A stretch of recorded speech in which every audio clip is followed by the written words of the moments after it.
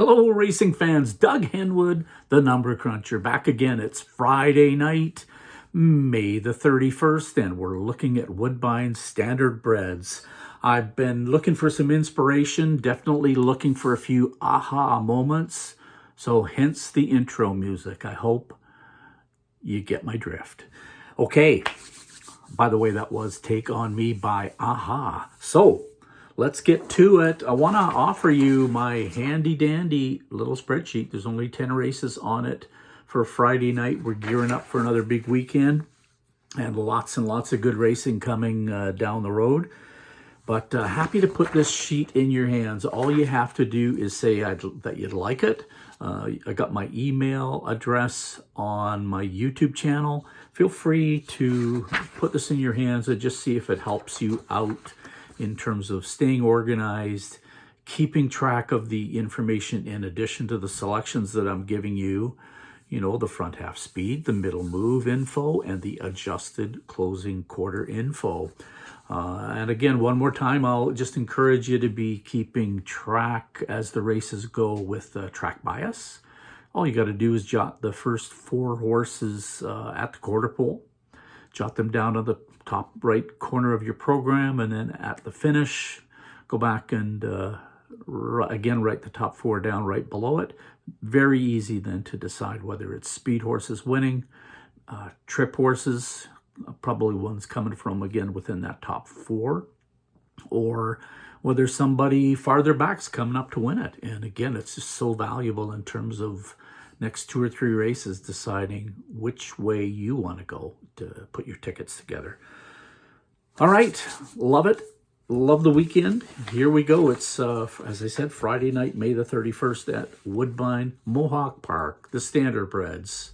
Let's get at it. Race number 1, front half speed. We got a tie, 8 and 10, and then 1 and 9 tied for 3rd. Middle move horse, it's the 6. Adjusted closing quarter, again, it's the 6. And then 7 and 8 tied for 2nd. So even with all that noise directing us towards the 6, I got to jump in and be a little subjective and just give the nod to the 1. Style for a mile. You can't ignore some of these types of drops. Running in the preferred. And listen to the list that she's been running against. Silver Label, Prohibition Legal, Silver Label, Tells on a Roll, and then she won. So that's there's none of those in here. There's some good ones for sure, but let's give the nod to Style for a Mile on the rail, the 1 horse. For 2nd, we will go with the 6 Caviar and Crackers. It's been a couple of weeks since we've seen this one unleash its big move. That does coincide with running against these harder types, and that could be an issue, but I think Caviar and Crackers has the potential to just, again, on the right night with the right trip, steamroll by and be a big part of the ticket. So that one's our 2nd pick. For 3rd, one of my absolute favorites, the 10 Angostura Hanover, and 8 Gouda for 4th. You'll notice that I don't have Huntress on my ticket. We got another new trainer for this one. Tyler Moore has taken over. Can't argue with that qualifier, though, so I'll tell you what, I don't have it in my top 4, but I did put it in my own personal pick 5. Just don't want to get beat by this horse. Definitely was heading in the wrong direction as it wound up, and now a couple of trainers, something's going on. But again, picked on the program. The qualifier is world-class, so Huntress, beware for sure. However, I'm 1, 6, 10, and 8 in the first race. Race number 2, front half speed, 8, 7, 2. Middle move horse is the 3. Adjusted closing quarter, 6, 9, and 4. So this race, the individual components, they're all over the map. We're going to stick with the adjusted closing quarter and grab the 6 horse as our selection. How much? Doug McNair on board. I'm thinking McNair's going to have a big night. He's grabbed a lot of good horses that were James McDonald's and a couple of the other top drivers. So how much is one of them? McNair certainly competent, and 27 flat for a closing last quarter for this one in its last race, so how much figures big time. For second, the 9, Sea Glass. Looks like it's a good one. So Sea Glass for second, 7, Kiss My Cheek for third, and 4, Granny's Watching to round out the top 4. Race number 3, 8, 9, and 3 are the front half speed picks. No middle move horses. Adjusted closing quarter, 3, then 5, and a tie for third with 4 and 9. Selection-wise, going to stick with the 3, Gravitational. Something about this horse is attracting me. But you know what it is? It's actually the 26 and 4, 3 starts back. So that's impressive. I realized the last 2 races were kind of stinkers. I don't mind the driver change at all to Jonathan Drury. Maybe Jonathan will pop a couple of good priced winners here on this card where a couple of the big names are in London. So Gravitational on top at a price. For second, the 9, Concealed. I think this one's logical, probably favored or close to favored. For third, the 4, Natural Born Leader, and 5, Brookdale George for fourth. So 3, 9, 4, and 5 in the third race. Race number 4, front half speed. 4, 1, and then a 7, 8 tie for third. No middle move horses. Adjusted closing quarter, 1, 6, and 9.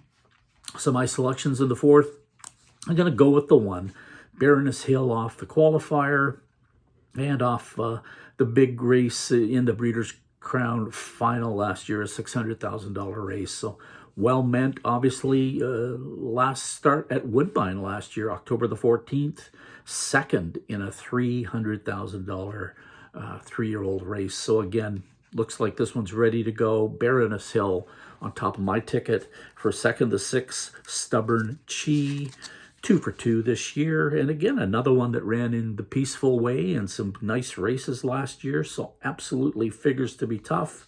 For third, the 10, Top Mast. Another good one from last year. Ran in the Mohawk Million, the Champlain. So those are all good indicators. And what did it do in its last qualifier? Well, it only won by 21 lengths. So 10 for third and 9, Shermont to round up the top 4. 1, 6, 10, and 9 in race number 4. I'll come back and give you the 20-cent pick 4 ticket in a second. Race number 5 on top, the front half best, it's the 10, and then 2 and 5. No middle move horses. Adjusted closing quarter, again, it's the 10. And then 3 and 7 for second and third. Selection-wise, I'm going to go to the 10. It is our front half speed, best closing quarter. I think Sylvana Board, definitely this one, she's got the ability to go to the top if desired. I know Major League will be leaving, but even if it means tuck in for second or third, she's got it all. That'll be a good place to start in this race. For second, the 3, Salzburg Olympia. I'm on this horse a lot. It went down to London and ran well. So now back at Woodbine, I expect her to just pick up where she's left off and be right there in this race. For third, Major League, one of my favorite horses, an Eddie Hensley horse, just loves to go to the front and dangle. I think it'll last a long way in here. It has been running in the preferreds down at London. So 5 for third. And the 7 horse, Ella's Reason for fourth. So 10, 3, 5, and 7. Top 4 in race number 5. Race 6, front half speed, a tie. 6 and 7. 3 for third.